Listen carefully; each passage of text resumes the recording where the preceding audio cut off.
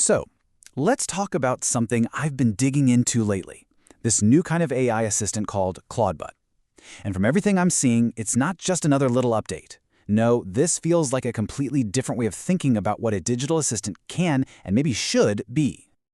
I mean, seriously, think about the assistant on your phone right now.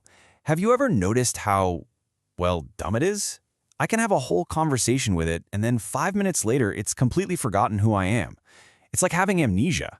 Every single time I want to do something complex, I have to start all over from scratch. It's kind of frustrating, right? Okay, so this is exactly where Clawdbot just changes the entire game. First off, it actually has a memory. It learns from your conversations. It remembers what you like. Second, it's proactive. It doesn't just sit there waiting for you. It can actually reach out to you first with things you might need. But here's the biggest thing, the real kicker. Your data lives on your computer, not on some company's server farm. You are in control. So you might be thinking, all right, how in the world does this even work? It sounds super complicated, but honestly, when you break it down, the core idea is surprisingly simple. Let's walk through it. The best way I found to picture it is like one of those old-school telephone switchboards. You're basically running a small program on your own computer, and that program acts like your personal operator. It takes the calls, or in this case the texts, from your phone and connects them directly to a super powerful AI brain. So here's what that looks like in action. Step 1. You just text your bot using an app you already have, like Telegram. Step 2. That personal switchboard running on your computer instantly grabs the message. 3. It sends it off to an AI brain, like Claude, to do the actual thinking.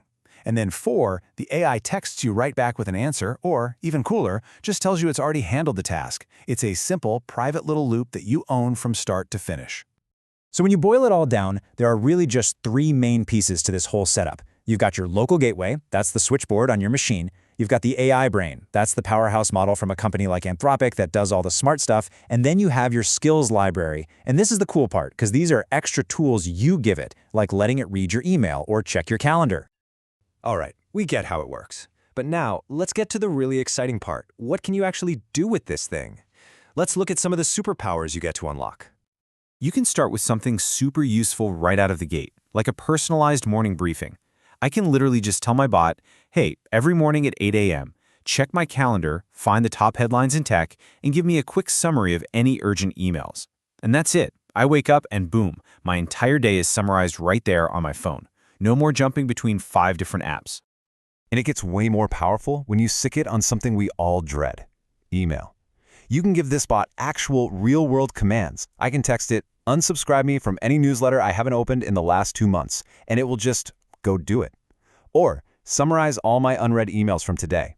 It's not just talking about doing things, it's actually taking action for you. Now let's level up. Once you're comfortable with the basics, you can turn this bot into a crazy powerful research assistant that's on call for you 24/7. Okay, imagine this. I need to get smart on a new industry for a project. I can just text my bot, find the top 5 AI companies, and make a comparison table with their funding and main products. And while I go make a cup of tea, the bot is scanning the web, pulling all that info together and formatting it into a perfect little table. A few minutes later, it just appears on my phone.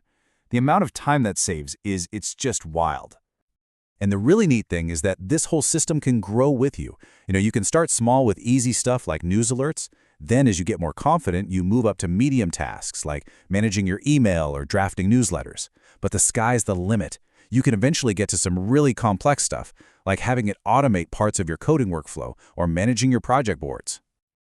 Okay, this all sounds pretty amazing, maybe a little too amazing. And yeah, with this kind of power, there's a catch. We absolutely have to talk about the risks, because this is not just some simple app you download from the App Store.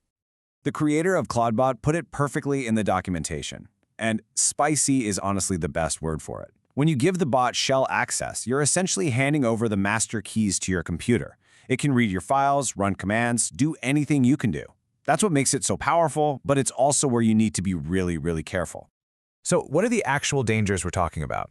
Well, first is that full system access. You have to be mindful of what you're telling it to do. Second is something called prompt injection. This is where a bad actor could hide a malicious command inside of, say, an email that your bot reads. And then finally, you have good old-fashioned social engineering. Someone could try to trick your bot into giving up your private information. And this is maybe the most important thing to get. The creator is extremely clear about this. There's no such thing as a perfectly secure setup. This is experimental. When I use it, I know I'm taking full responsibility for what happens. The smart way to approach this is to start slow.